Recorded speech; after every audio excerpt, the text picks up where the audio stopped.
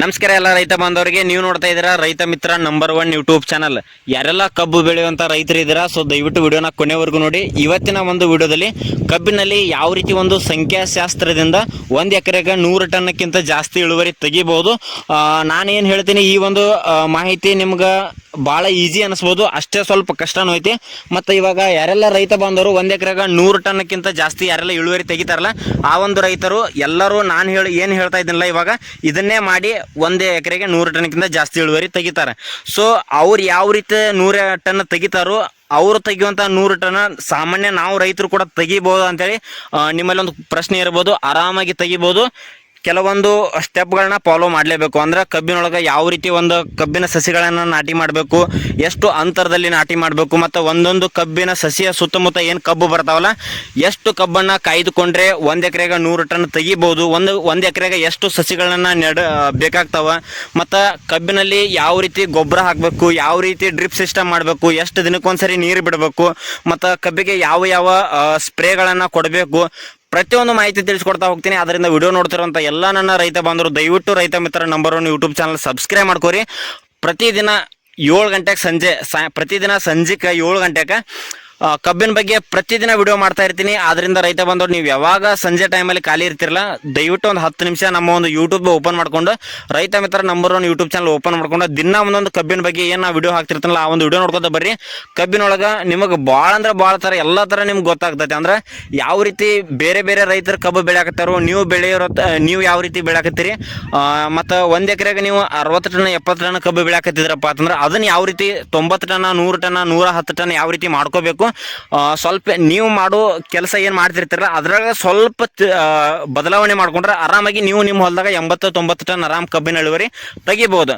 Okay, ಇವಾಗ ಇನ್ನೊಂದೇನಪ್ಪ ಅಂತಂದ್ರೆ ನಾ ಏನು ಇವಾಗ ಹೇಳ್ತಾನಲ್ಲ, 1 ಎಕರೆಗೆ ಕಬ್ಬನ್ನ ಸಸಿ ನಾಟಿ ಮಾಡಿ ಅಂದ್ರೆ ಕಬ್ಬು ಇವರು ಡೈರೆಕ್ಟ್ ಕಬ್ಬನ್ನ ಸಾಲಿನಲ್ಲಿ ತುಳಿಯೋದಿಲ್ಲ. ಇವರು ಕಬ್ಬಿನ ಸಸಿ ನಾಟಿ ಮಾಡ್ತಾರೆ. 100ಕ್ಕಿಂತ ಜಾಸ್ತಿ ಏನು ಟನ್ ತೆಗಿತಾರಲ್ಲ ಅವರು ಕಬ್ಬಿನ ಸಸಿ ನಾಟಿ ಮಾಡ್ತಾರೆ. ಯಾವ ರೀತಿ ನಾಟಿ ಮಾಡ್ತಾರಪ್ಪ ಅಂತ ಅದನ್ನು ತಿಳಿಸ್ಕೊಡ್ತಾ ಹೋಗ್ತೀನಿ. ಫಸ್ಟ್ ಬಂದ್ಬಿಟ್ಟು ಕಂಪ್ಲೀಟ್ 1 ಎಕರೆ ಎಷ್ಟು ಸ್ಕ್ವೇರ್ ಫೀಟ್ ಆಗ್ತದೆ ಅಂತ ಹೇಳ್ತೀನಿ ನಾನು. ಸ್ಕ್ವೇರ್ ಫೀಟ್ ಅಂದ್ರೆ ಹಿಂಗೂ ಒಂದು ಪುಟ, ಒಂದು ಚೌಕ್ ಬಾಕ್ಸ್ ಅಂತ ಏನು ಕರಿತೀವಲ್ಲ, 4 ಸೈಡ್ಗೆ ಒಂದೊಂದು ಫೂಟ್ ಆಗ್ಬೇಕು. ಆ ರೀತಿ 1 ಎಕರೆಗೆ 43,560 ಸ್ಕ್ವೇರ್ ಫೀಟ್ ಆಗ್ತೈತಿ. 1 ಎಕರೆಗೆ ಬರೋಬ್ಬರಿ 43,560 ಸ್ಕ್ವೇರ್ ಫೀಟ್ ಆಗ್ತೈತಿ.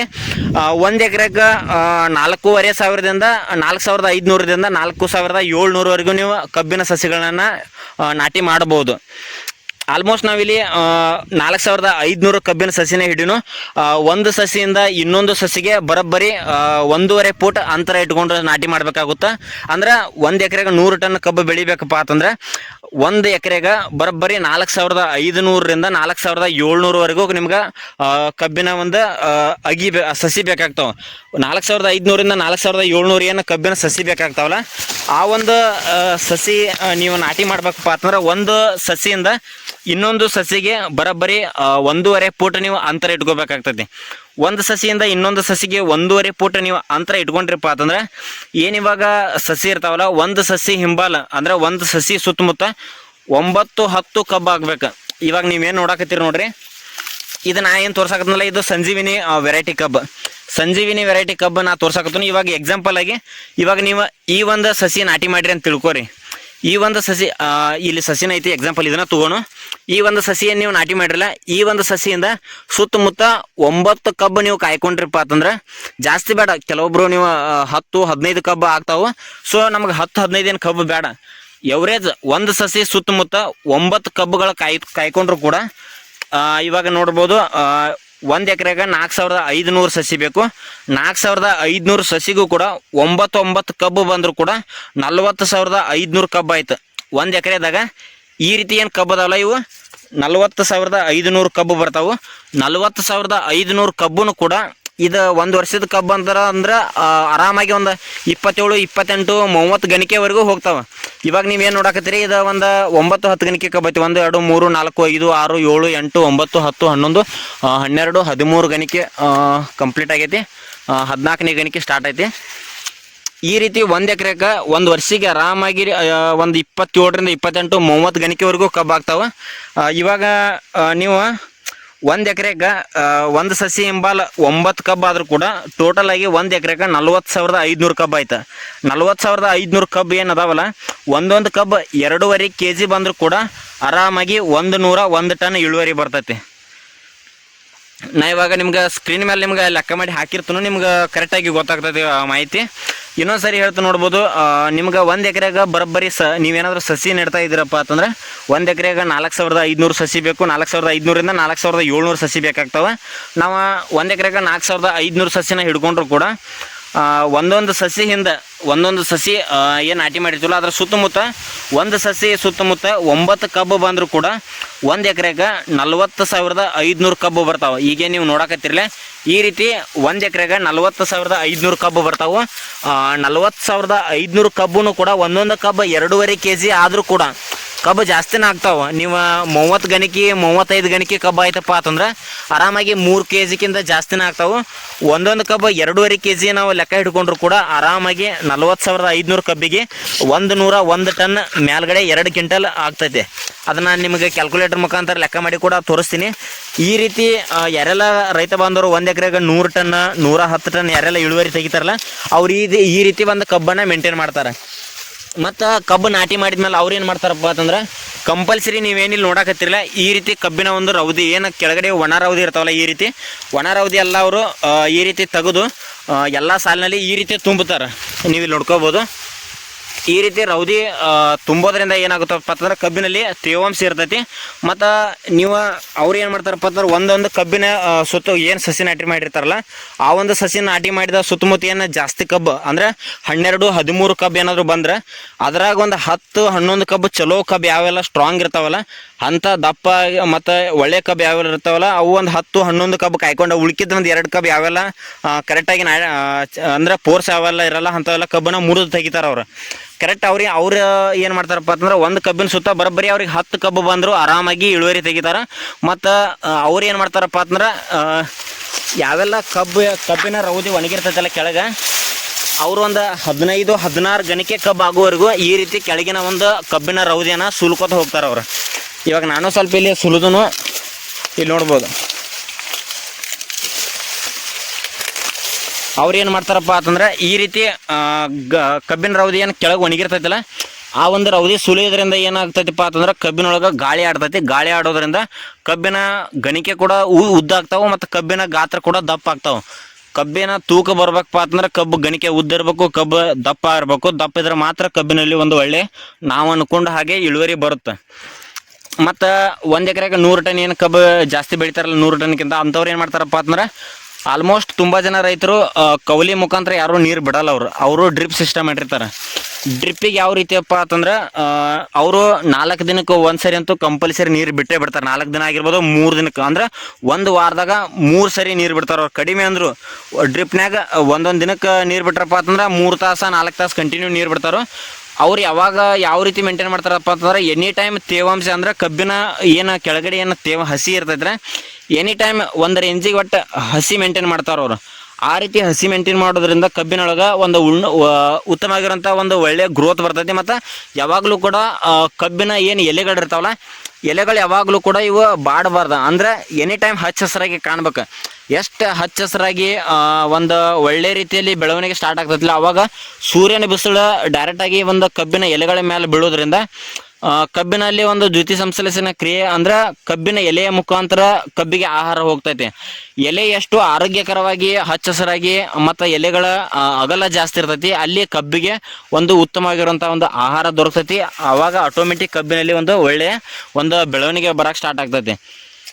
ಮತ್ತು ಅವರ ಸ್ಟಾರ್ಟಿಂಗ್ ಕಬ್ಬಿಗೆ ಯಾವುದೇ ಒಂದು ಗೊಬ್ಬರ ಡೋಸ್ ಕೊಟ್ಟರು ಕೂಡ ಈ ರೀತಿ ಕವಲಿ ಮುಖಾಂತರ ಯಾವುದೇ ಗೊಬ್ಬರ ಹಾಕಲ್ಲ. ಅವರು ಡ್ರಿಪ್ ಏನು ಮಾಡಿರ್ತಾರಲ್ಲ ಡ್ರಿಪ್ಪಿನೊಳಗೆ ಎಲ್ಲ ಥರ ಒಂದು ಗೊಬ್ಬರನ ಬಿಡ್ತಿರ್ತಾರೆ. ಅಂದರೆ ಫಂಗಿಸೈಡ್ ಆಗಿರ್ಬೋದು, ನ್ಯೂಟ್ರಿಷನ್, ಆ್ಯಂಟಿ ನ್ಯೂಟ್ರಿಷನ್, ಇವಾಗ NPK, ಇವಾಗ ನೈಟ್ರೋಜನ್, ಫಾಸ್ಫರಸ್, ಪೊಟ್ಯಾಸ್ ಆಗಿರ್ಬೋದು, ಅಥವಾ ಯಾವುದೇ ಒಂದು ಹುಮಿಕ್ ಆ್ಯಸಿಡ್ ಆಗಿರ್ಬೋದು, 19 ಅಂದ್ರೆ ಐಸೋಲ್ ಆಗಿರ್ಬೋದು, ಏನೇ ಒಂದು ಗೊಬ್ಬರ ಆಗಿರ್ಬೋದು, ಯಾವುದೇ ಒಂದು ಸ್ಪ್ರೇ ಅಂದ್ರೆ ಕೀಟನಾಶಕ ಬಿಟ್ಟರು ಕೂಡ ಡ್ರಿಪ್ನಲ್ಲಿ ಬಿಡ್ತಾರೆ. ಡ್ರಿಪ್ನಲ್ಲಿ ಬಿಡೋದ್ರಿಂದ ಡೈರೆಕ್ಟ್ ಏನು ತೇವಾಂಶ ಇರ್ತದಿಲ್ಲ ಅದು ಜಾಸ್ತಿ ಟೈಮ್ ತೊಗೊಳ್ಳಲ್ಲ.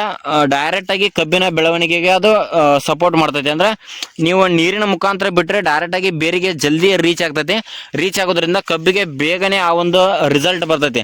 ಆದ್ದರಿಂದ ಯಾರೆಲ್ಲ ರೈತ ಬಾಂಧವರು 1 ಎಕರೆಗೆ 100 ಟನ್ 110 ಟನ್ 120 ಟನ್ ಯಾರೆಲ್ಲ ಕಬ್ಬು ಬೆಳಿತಿರ್ತಾರಲ್ಲ ಅವರು ಈ ರೀತಿಯ ಒಂದು ಕ್ರಮಗಳನ್ನು ಪಾಲನೆ ಮಾಡ್ತಿರ್ತಾರೋ ಅದಕ್ಕೋಸ್ಕರ ಕಬ್ಬಿನೊಳಗೆ ಅವರು ಒಂದು ಒಳ್ಳೆಯ ರಿಸಲ್ಟ್ನ ನೋಡ್ತಾರೆ. ಅಂದ್ರೆ 1 ಎಕರೆಗೆ 100 ಟನ್ 120 ಟನ್ ಕಬ್ಬು ಬೆಳಿತಾರೆ. ಎಲ್ಲ ರೈತರು ಇದನ್ನು ಮಾಡ್ಬೋದು, ಸ್ವಲ್ಪ ಕಷ್ಟ ಐತೆ. ಕಷ್ಟ ಅನ್ನೋಕ್ಕೇನ ಎನಿ ಟೈಮ್ ಕಬ್ಬಿನೊಳಗೆ ಮೇಂಟೆನೆನ್ಸ್ ಇರಲೇಬೇಕು.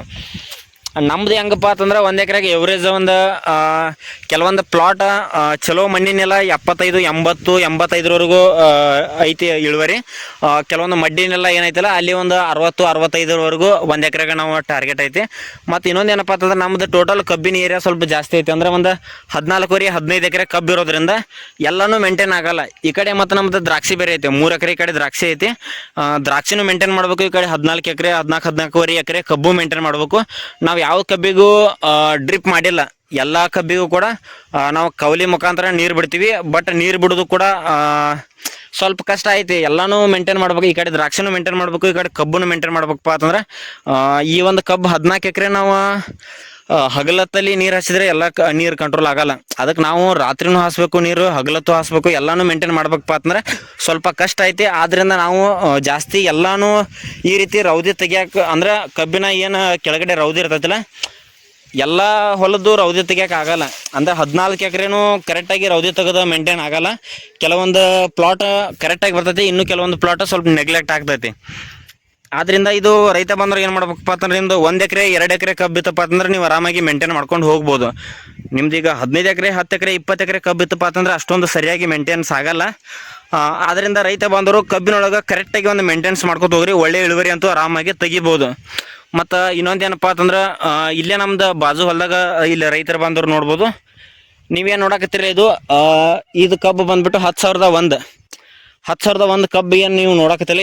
ಇದು 6ನೇ ವರ್ಷದ ಕಬ್ಬು. ಈಗ 5 ಸರಿ ಫ್ಯಾಕ್ಟ್ರಿಗೆ ಹೋಗೈತಿ, ಇದು 6ನೇ ಸರಿ ಫ್ಯಾಕ್ಟ್ರಿಗೆ ಹೋಗಕ್ಕೆ ರೆಡಿ ಐತಿ. ಇವಾಗ ಅಂದ್ರೆ 6ನೇ ಕುಳಿ ಕಬ್ಬು ಇದು.